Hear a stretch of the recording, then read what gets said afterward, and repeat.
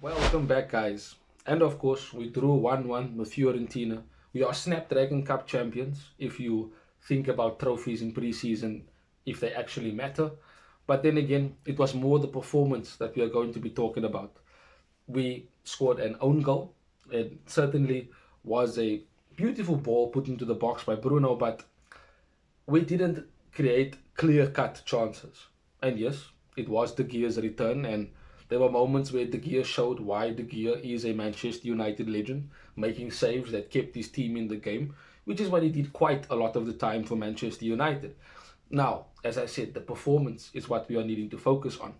And Ruben Amorim certainly, in my opinion, from what I saw, did not look too happy about the performance we had today. And he kept a very strong team until I would say around about the 75th minute when he started bringing on the likes of De Ligt, Shaw. These are players that didn't necessarily start, but they probably would have thought that they were going to start. Mainu came on in the second half. Ugarte came on in the second half as well. So Amorim made changes for players that necessarily would be able to start against Arsenal because let's be real, he did start a team that would be capable of at least competing with Arsenal. Mount was playing in the false nine in the first half and a bit of the second half. Mbumo ended up rotating into that in the second half. Cunha kind of stayed as one of the number 10s, trying to link up play. But the midfield and us not playing with a striker, you could see why it was hurting us. Everything else was fine. We played the ball through the lines, we went wide, we had very, very good repeated patterns of play. You could see one, twos, quick play in between the lines as well.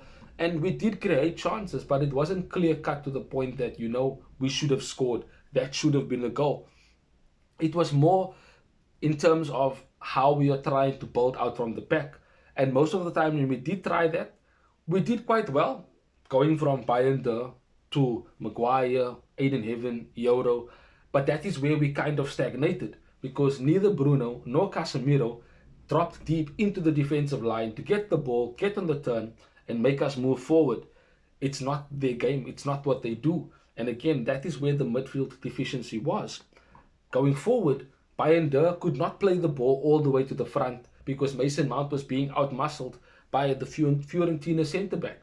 Now, of course, having Benjamin Sesko, that could easily solve that problem. We would expect that problem to be solved because of how Benjamin Sesko is as a player, with him able to be playing with flick-ons, his strength when he's holding up the ball, he's able to run in behind. These are things that we didn't have today because we played without the striker.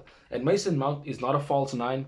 Yes, he had good touches, had good movements, played some decent passes, but you're not going to get him holding up the ball. You're not going to get him consistently flicking the ball around the corner for an Imbumo or Cunha, etc., or Ahmad to run onto. These are not things that are going to happen with Mason Mount playing as the false nine. Hence the reason why we looked a bit better when Imbumo went as the number 9 because he's a bit more physical, a bit more stronger on the ball. So he could hold the ball up and then lay it off for a Bruno or a Mason Mount or a Cunha to continue the play. And you could see that in the second half, there was a change in how we approached the game. And we had very, very good moments of possession.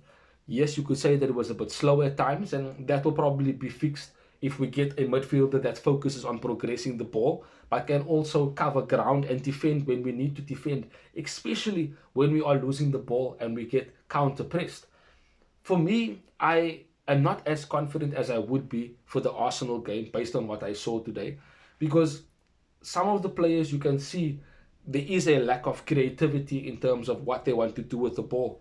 Many times they had the ball, but then they chose to make a sideways pass or they chose to turn and play the ball backwards. There wasn't this creative risk that you would maybe perhaps get from. And if you look at, other teams, for example, you look at a PSG, the likes of a Vitinha is able to dribble past people in midfield and still play a ball going forward. We don't have that. Casemiro doesn't have the legs or the turning ability to make those type of passes happen.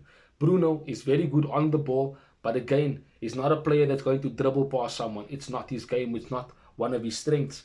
And if you're asking him to turn with a defender on his back, he's probably going to flick it on because, again, it's not his game to get the ball on the turn and beat defenders or beat midfielders that are trying to press him. So these things can be fixed.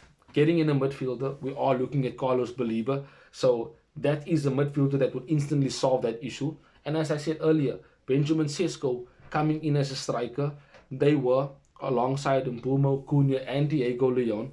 They were presented before the game. So we know Benjamin Sesko will most likely be ready for the Arsenal game. Funny enough, Ruben Amorim did say before the game that he would have to try and stop Benjamin Sesko because he wants to work too hard because of his mentality, because of him not wanting to lose. And he probably wanted to play today. But again, Ruben Amorim said that he needs to stop him because of how intense he is and how competitive he is. So the issues can be solved. Will it be solved? That's another question for when the time comes. Fiorentina themselves defended well. They played a very good game and they gave a very good account of themselves. They didn't come there to just, be rolled over because it's Manchester United's day presenting players and De Gea is returning to his old club, etc. No. They played with a sense of professionalism, which made it good for us because having a tough game like that, it basically shows that we are not there yet. That we are not the team that people are expecting us to be because we've made three very good signings in Mbumo, Cunha, and Sesko. We still have a long way to go. We still have many things to improve upon. You could see by the way we were defending corners, there were people standing in open space, and that's how Fiorentina got the opening goal. We do have problems. We still have issues that need to be resolved. So it's going to take time, but you can see improvements. You can see that there are, as I said, repeated patterns of play that is consistently being improved upon game by game. I am waiting for the Arsenal game. It is the first game of the Premier League. That is basically our bread and butter. That particular game, we will see exactly how good the preseason was for us and how far we still need to go. Because let's not forget, Arsenal finished second in the Premier League last season. They are a very good team. They made the necessary signings to maybe push on to try and go and win the league. They are title contenders. We are seen as a team that is still in the developmental stage. We're not there yet, but football is football. Anything can happen. It all comes down to who wants it more and who puts in a very good performance on the day.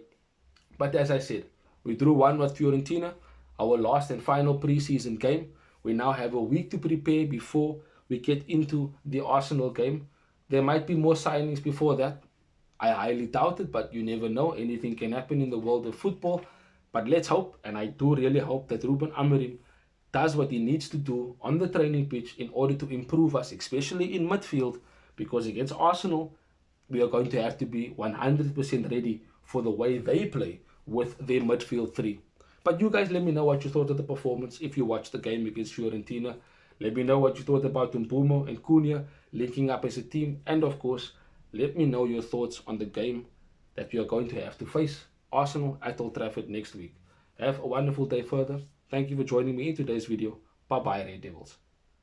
Thanks for watching. If you want more content on Manchester United, like, share, and subscribe.